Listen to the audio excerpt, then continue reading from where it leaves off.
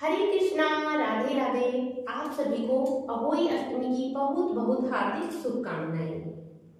अहोई अष्टमी का व्रत सभी मेरी माताएं बहनें अपने बच्चों की लंबी उम्र और अच्छी स्वास्थ्य की कामना के लिए करती हैं। जिस प्रकार से करवा चौथ का व्रत पति की लंबी उम्र के लिए करती है, उसी प्रकार से अहोई अष्टमी का व्रत किया जाता है। अहोई अष्टमी का व्रत करवा चौथ के 4 दिन बाद आता है और कार्तिक मास के कृष्ण पक्ष की अष्टमी तिथि को यह व्रत रखा जाता है। 2025 में अब की बार यह व्रत 13 अक्टूबर को रखा जा रहा है।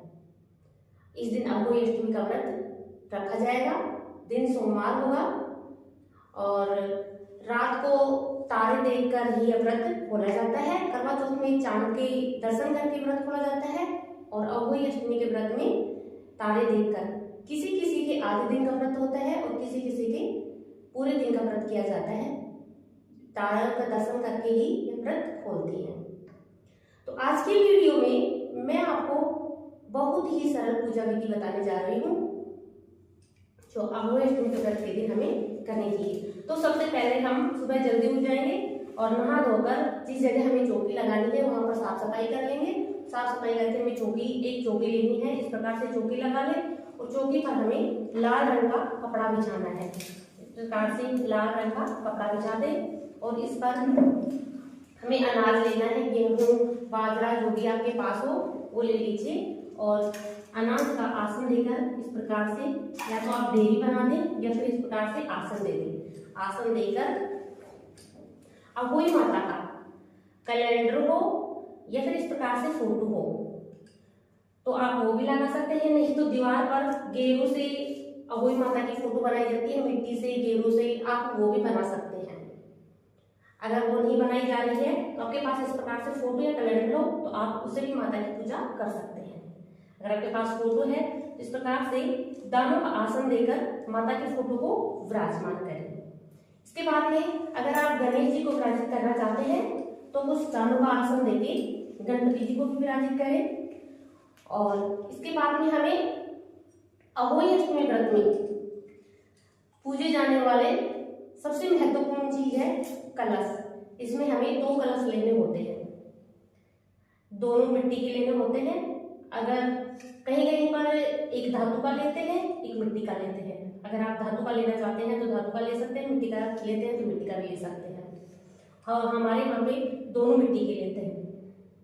एक में जल भरते हैं और एक में अनाज भरते हैं। अगर आपके दोनों में अनाज भरते हैं तो दोनों में अनाज भर लीजिएगा। अगर एक में अनाज भरते हैं तो एक में भर लीजिएगा।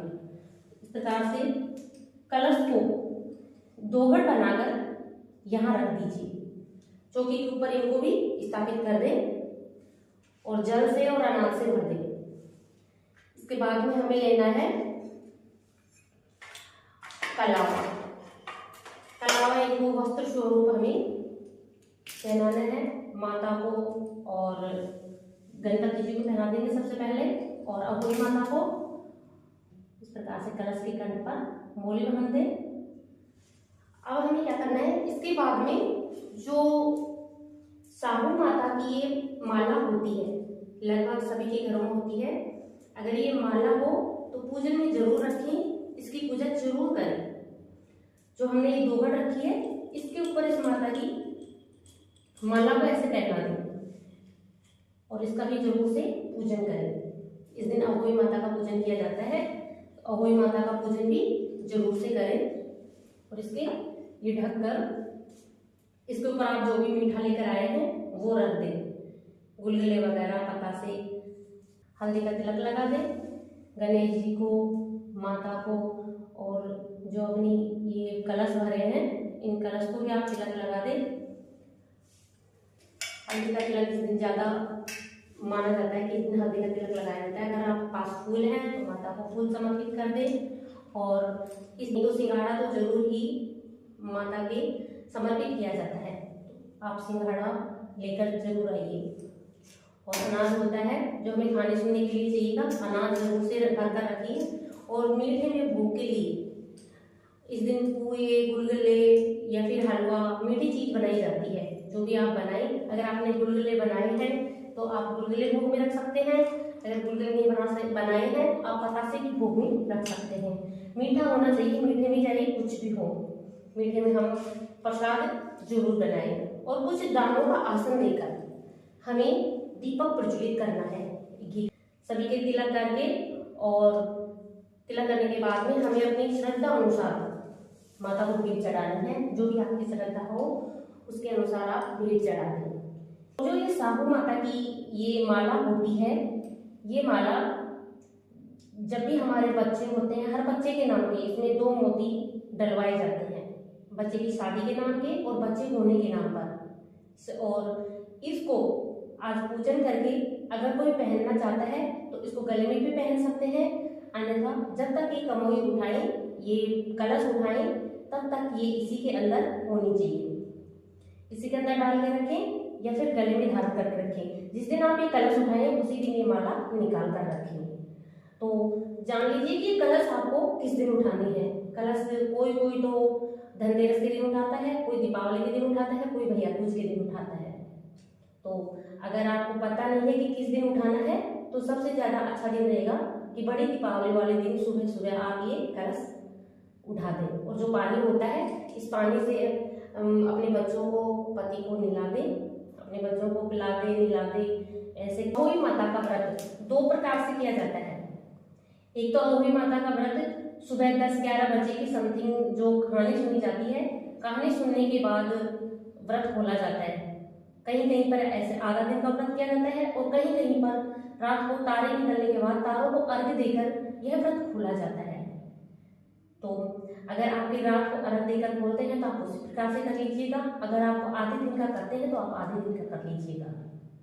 और इस दिन मिट्टी का जो भी काम हो वो करने से बचें। मिट्टी खोदने से, गमले वगैरह में, आजकल मिट्टी का काम तो है नहीं, लेकिन गमले वगैरह में मिट्टी खोदने से बचें। और जो भी कोई नुकीली चीजें हैं जैसे मशीन का काम करना, सुई वगैरह का काम करना, इन सब से बचें। और इस दिन बच्चों की पिटाई भी ना करें। और पूजा के अंदर साथ में अपने बच्चों को भी बिठाएं। और जब अहोई माता को तिलक करें तो अपने बच्चों को भी तिलक करें। अहोई माता की कहानी साथ साथ सुने, अहोई माता को प्रसाद ग्रहण करवाएं। और जो माँ को वायना दिया जाता है, वायना निकाला जाता है, अपनी साड़ी या सूट जो भी आप सास को देना चाहती हैं वो आप ले सकती हैं। वो लेकर सुहाग का सामान रखें, सुहाग का चूड़ा और बिंदी वगैरह रखकर और पानी में से इस प्रकार से 2 बार पानी लेकर इसको घुमा दें। इसको बिना सिले। अगर आपको सासू जी है तो सासू जी को आप दे सकती हैं। अगर आपके सासू जी नहीं है तो आप ननद को दे सकती हैं। अगर ननद भी नहीं है तो आप किसी जरूरतमंद को या फिर किसी गरीब आदमी को आप ये दक्षिणा दे सकते हैं। जो गेहूं के दाने लेकर, इस प्रकार से गेहूं के दाने लेकर हमें कथा सुननी चाहिए अहोई माता की और विनायक जी की कथा सुन के इसके बाद में सूरज जी को अर्घ देकर, और जो दाने रात को जो दाने निकलने के बाद में अर्घ देना है वो गेहूं के दाने आप एक जगह रख दें, शाम को तारों को अर्घ देने से।